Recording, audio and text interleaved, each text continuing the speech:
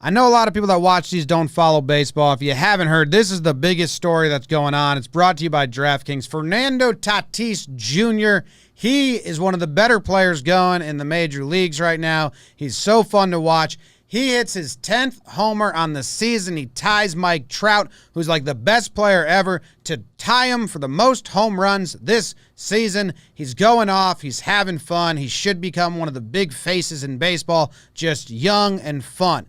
Padres are up by 7 runs. That guy beats the shift. Profar, what a rude thing to do, beating the shift like that on an infield single when you're up by 7 runs. Can't be doing that. Then we're going to walk this batter. Now it's 2 on. We're going to walk this batter. Now it's bases loaded, and Fernando Tatis Jr. steps up to the plate looking delicious again. Ball 1 in the dirt. What are you going to do? You got to pitch to him. Ball 2 in the dirt. He's not chasing. He's got good discipline. You want him just to chase just because you're down by a lot? Now it's a 3-0. Now here's where it gets fun.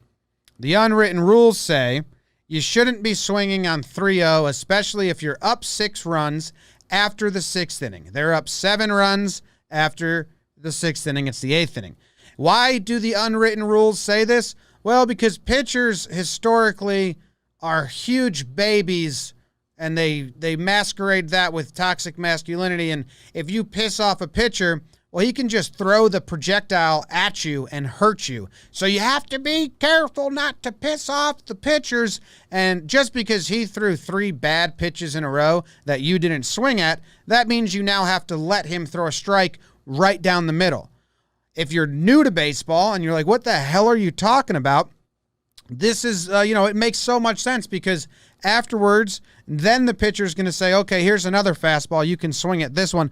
Oh, nope, that's not true. After the fact, the pitcher's then going to try to get you out. Oh, okay. So does the other team, they're just not going to try to come back and win because they're down by so much? So that's why? No. They're going to do everything they come to come back and win. You're just not allowed to add more runs because, you don't want to piss the pitcher off. He's got feelings. Think about him. Anyway, they said that Tatis missed the sign from the third base coach, and after this 3-0 pitch, he doesn't even look over there. He's not even going to give them the option. He never once looked. There was no sign given because he never looked. If he did look, would they have given him the take sign, the don't swing? Maybe, but he didn't give him the option. So he sees this fastball. It's actually not even like middle. It's kind of outside. He goes out and gets it. He pops it over the wall for his league-leading 11th home run. He overtakes Mike Trout, one of the best players ever, with the most home runs in baseball. Woodward, the manager of the Rangers. Oh, okay, I see you. Okay, that's how it is. He runs around the bases. He does everything he did the first time, celebrates with his boys just like he did on the first home run. Same exact routine. Comes back to the dugout. Hosmer loves him, smiling, having fun, dapping him up. Interesting there, coming up later on. And here's his manager, Jace Tingler, first-year manager, kind of giving him a look like, I don't know. I'm not going to celebrate with you about that. Like, I don't know. Then the Rangers bring in a new pitcher, and the first thing he does is he throws behind Machado's back because they pissed off his teammates. This pitcher didn't do this on his own accord. He was told to throw behind Machado by the manager. That's how baseball works. It's a dumb society sometimes. The umpires get together. They give no warnings. They did suspend the pitcher and Woodward after this because obviously that was intentional, and Woodward's sitting there with his feelings hurt. Then they get out of the inning. Hosmer makes the last out. He runs down the line. He looks at the opposing dugout and says, hey, we'll talk to him. And then Hosmer talks to Tatis, who just hit 2 home runs, just became the kid with the most home runs in all of baseball, and look at the face he's making. He's getting a stern talking to. He's being told how wrong he was. He's having 0 fun.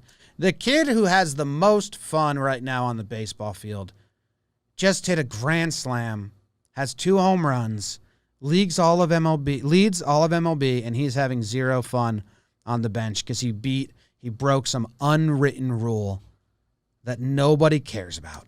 Now, what did Woodward, the manager of the Rangers, say after the game? He said this. There's a lot of unwritten rules that are, constantly being challenged, I think, in today's game. So, I didn't like it personally. When you're up by 7 in the 8th inning. It's typically not a good time to swing 3-0.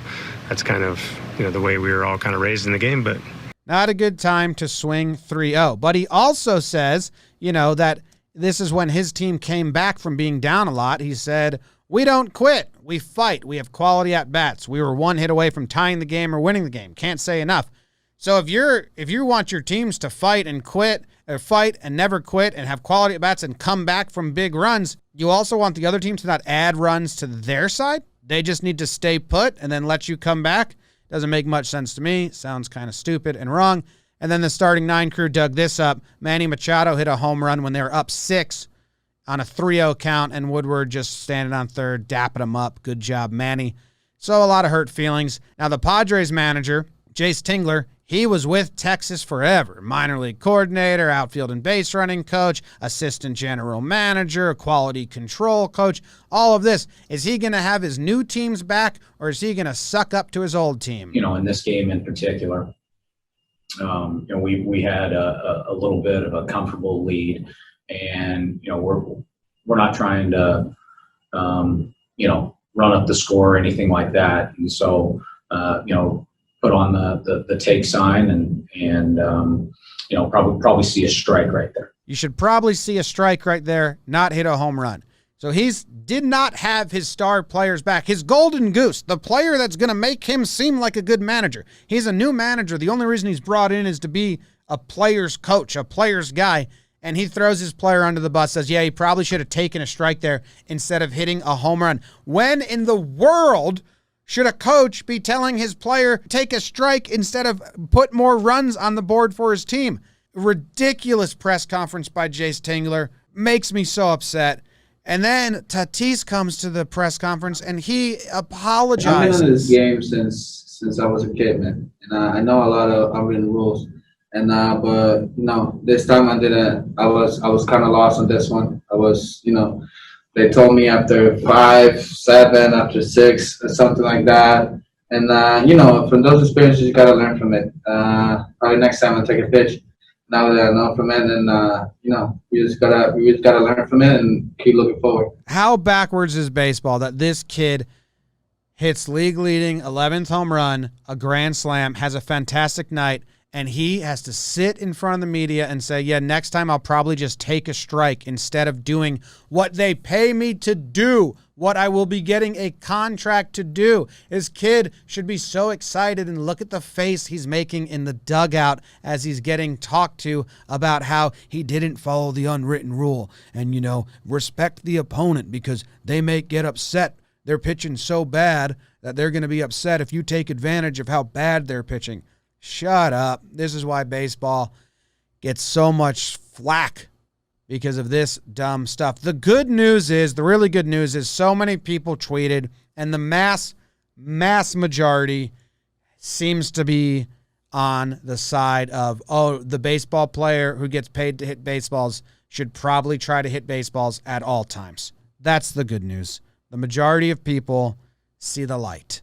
Maybe baseball's moving forward. Also, good news is that this puts Fernando Tatis on more people's radar. We want people to know about him, but we don't want them to know him looking like this. We want them to know him smiling, having fun, and crushing balls. This one is brought to you by DraftKings. Go to DraftKings, download the app, use code JOHNBOY, pick up Fernando Tatis, play him every game. If he gets a 3-0 count, I hope he's swinging.